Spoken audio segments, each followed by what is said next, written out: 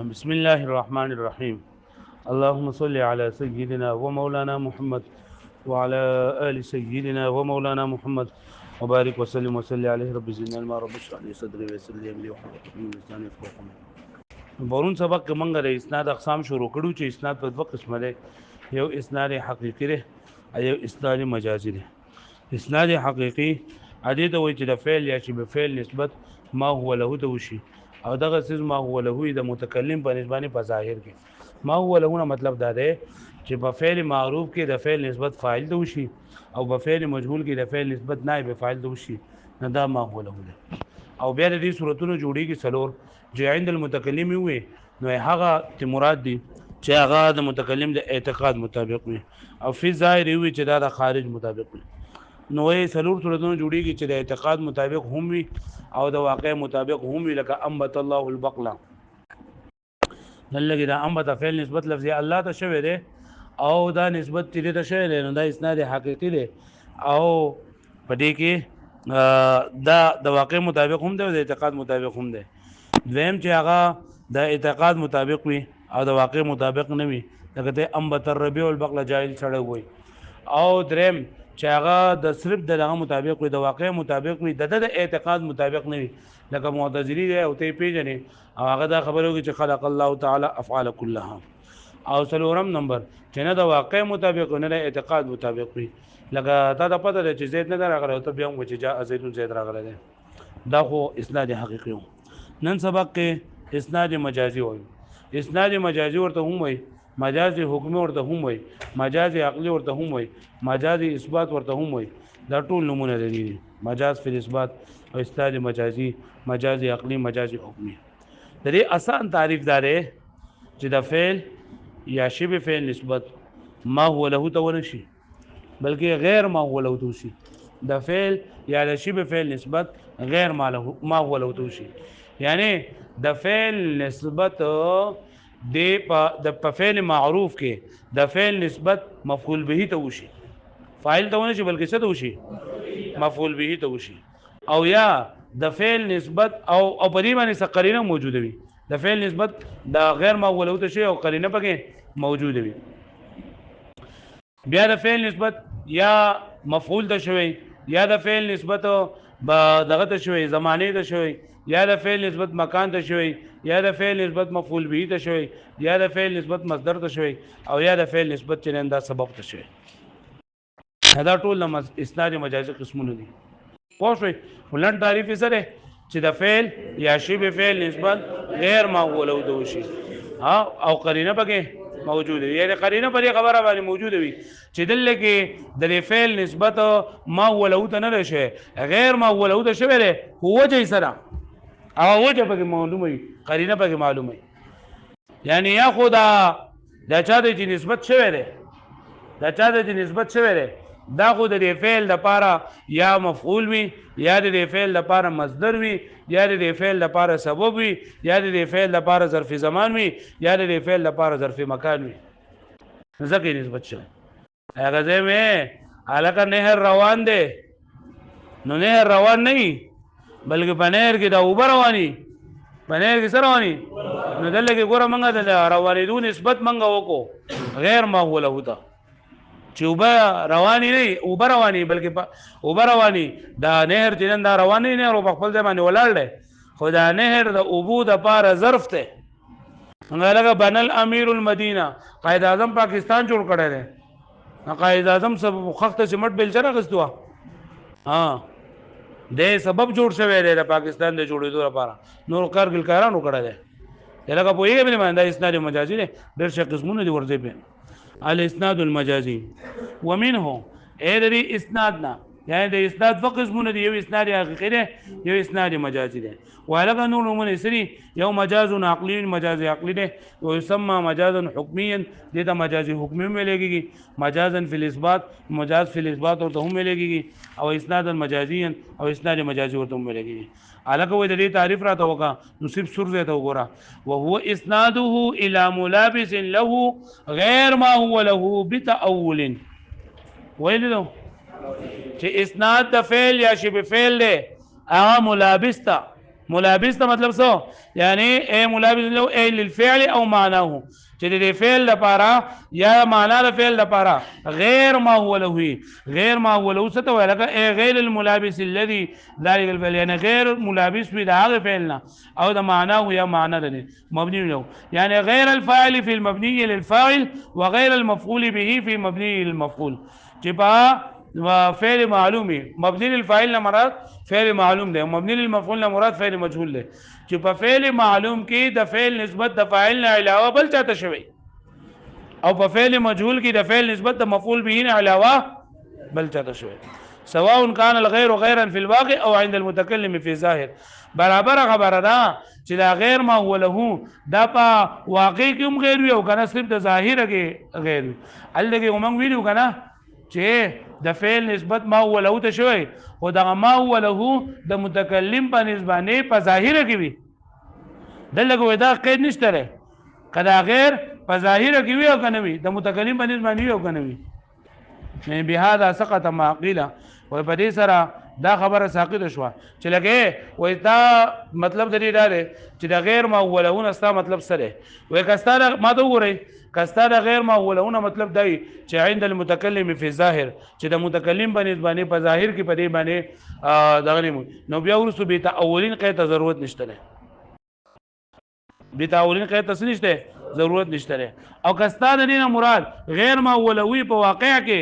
نو په دې سره بیا انبت الله البقله دا هم په مجاز عقل کې داخل دي ځکه چې دې نسبت هم څه ته شوی ده سبب ته شوی ده انبت الله البقله انبت الله البقله ځکه چې الله پاک دې سبزیان د پاره سره سبب دی لکه پوهیږي باندې باندې او بیا دا سقط ما قیل په دې سره چې موږ دا خبر وکړه چې دا غیر ما هو له دا په ظاهر کې غیر وي د متکلم باندې یو کني وي ظاهره خبر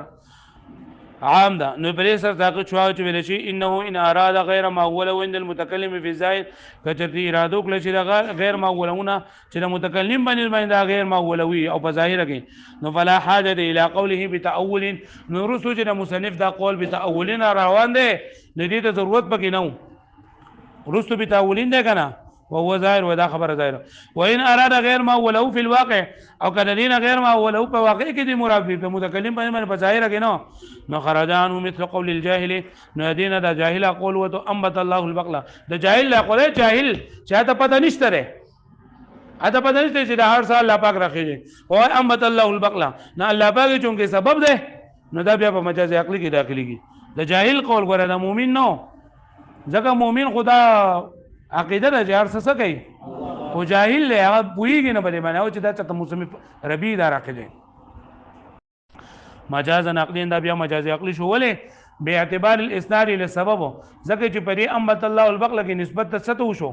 سبب ده او چې نسبت پکې سبب ته وشي نو هغه اسناد مجازي وي مجاز حقيقي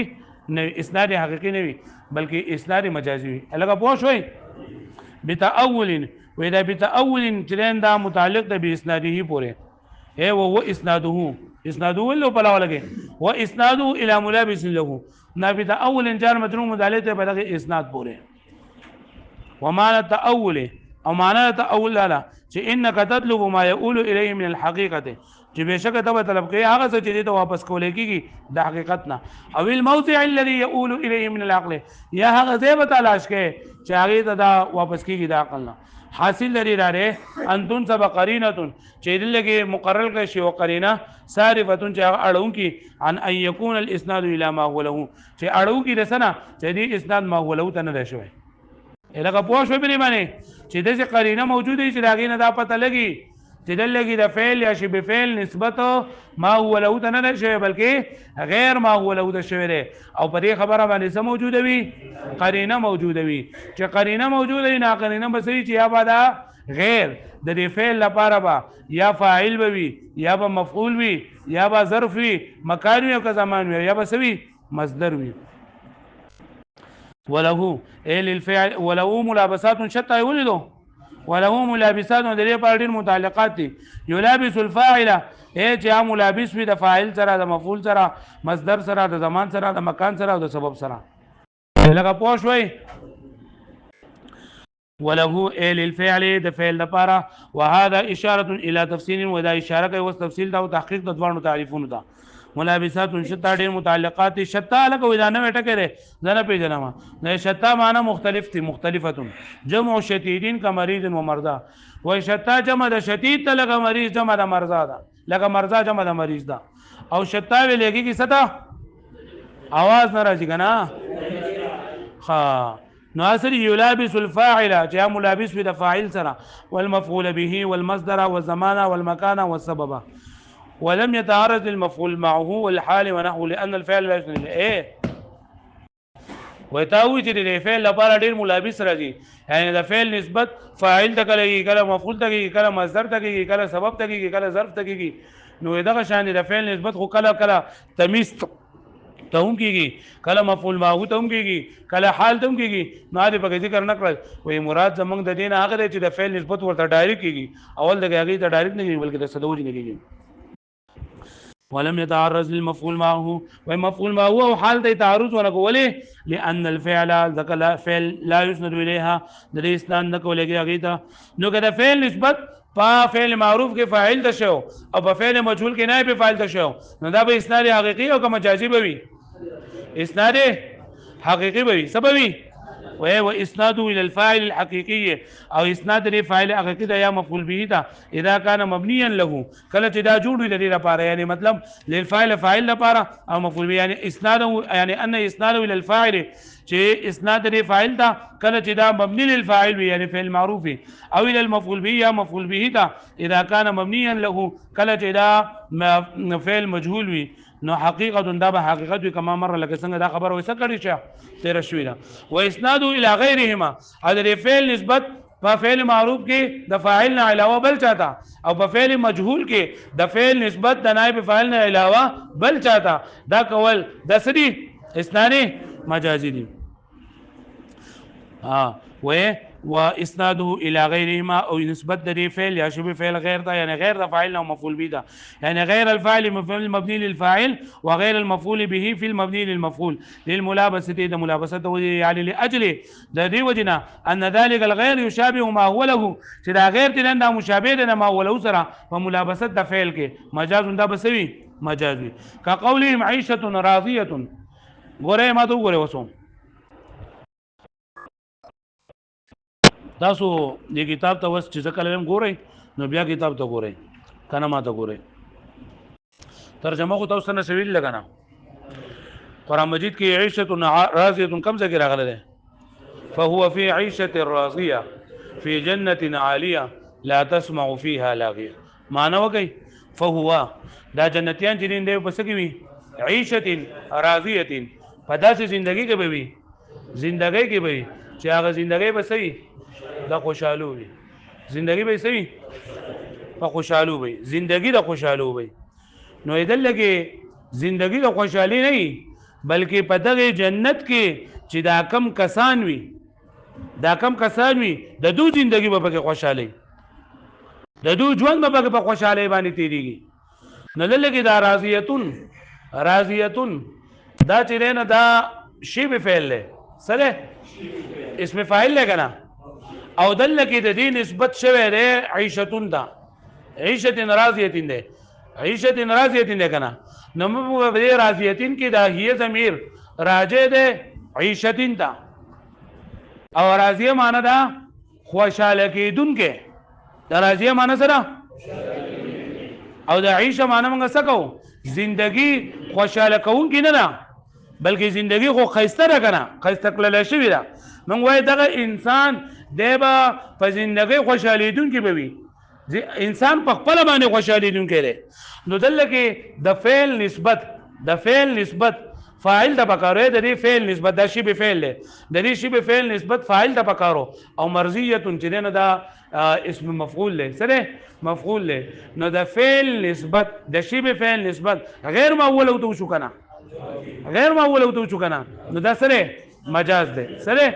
مجاز ده استعاره مجاز ده پوه شئ به مثال و سیل مفعم دریاب دا مفعم معنا ډکړل شوی او سیلاب سیل معنا سیلاب ډکړل شوی نو سیلاب نه ډکړل شوی بلکې سیلاب صحیح ډکونکې سیلاب صحیح ډکونکې او هغه ځای چې ډنډه ډکړلی شوی لکه پوه شو به دې باندې نو دلته ګوره دا سیل مفعم نو مفعم دا اسم فاعل لکه مفعول له مفعول له او په اسم مفعول کې نائب فاعل وی کړه ها او دلته کې دا سیل دا فاعل لکه نائب دا فاعل لکه مفعول له فاعل لکه نه ګوره ته دریاب ډکړی شوی نو دریاب نه ډکړی شوی دا سیلاب نه ډکړی شوی بلکې سیلاب د ځمکې لره ډکونکی نو سیلاب فاعل دی که مفعول دی نو ګوره د اسم مفعول کې د شبه فعل دی د شبه فعل نسبت فاعل ته وشو او په شبه فعل کې نسبت څه ته کول پکاري نائب فاعل ته هغه په دې خبره باندې پوهیږئ ها نو چې د فعل نسبت ګوره په دې لاولني کې د شبه فعل نسبت وشو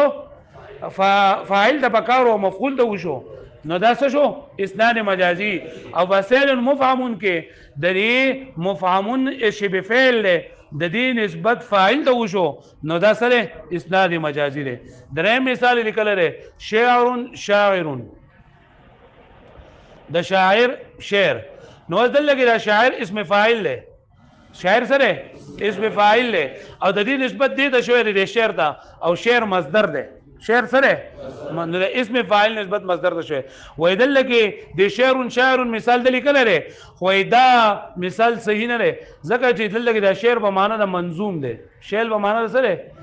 دا منظوم دی او منظوم دا اسم مفعول دی نو د دې لپاره بهترین مثال دی جد جده نو دلته کې جده نسبت د جد ته شوی او د دې لپاره فاعل دی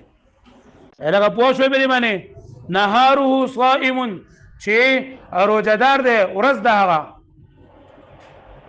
نو ورځ روزدار خو سړی خو دې ورځ ته چې نسبت شوی دی نو دا د روزې دپاره څه دی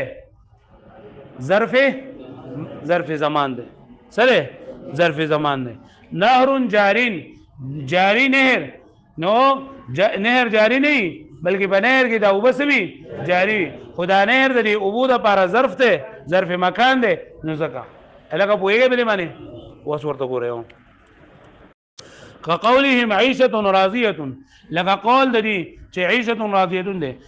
لکه تاسو په دې خبره باندې پوه شوئ دا خبره به ګورئ یاد ساتئ دونه تفصیل پکې نشته دی چې دا خبره به یاد ساتئ چې راضية اسم فاعل دی او شبه فعل دی دلته کې د شبه فعل نسبت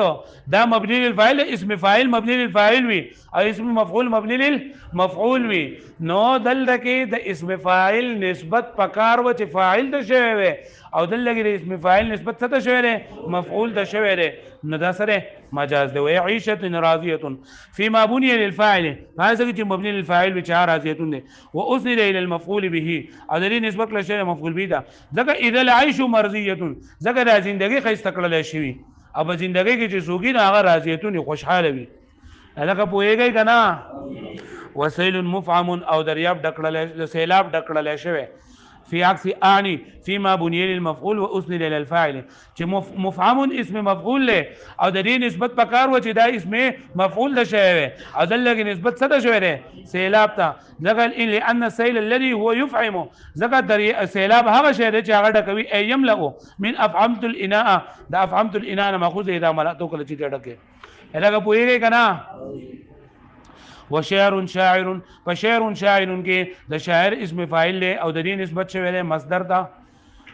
والاولى التمثيل وغره دا چې تمثيل لا ذکر کړه جده وليه لان الشعر هنا بمعنى المفعول دا شعر په معنی نه لګي د مفعول له شعر نه مراد منظوم کلام دی او منظوم مفعول له ونهار صائم في زمانه دلته ګوره صائم اسم فاعل له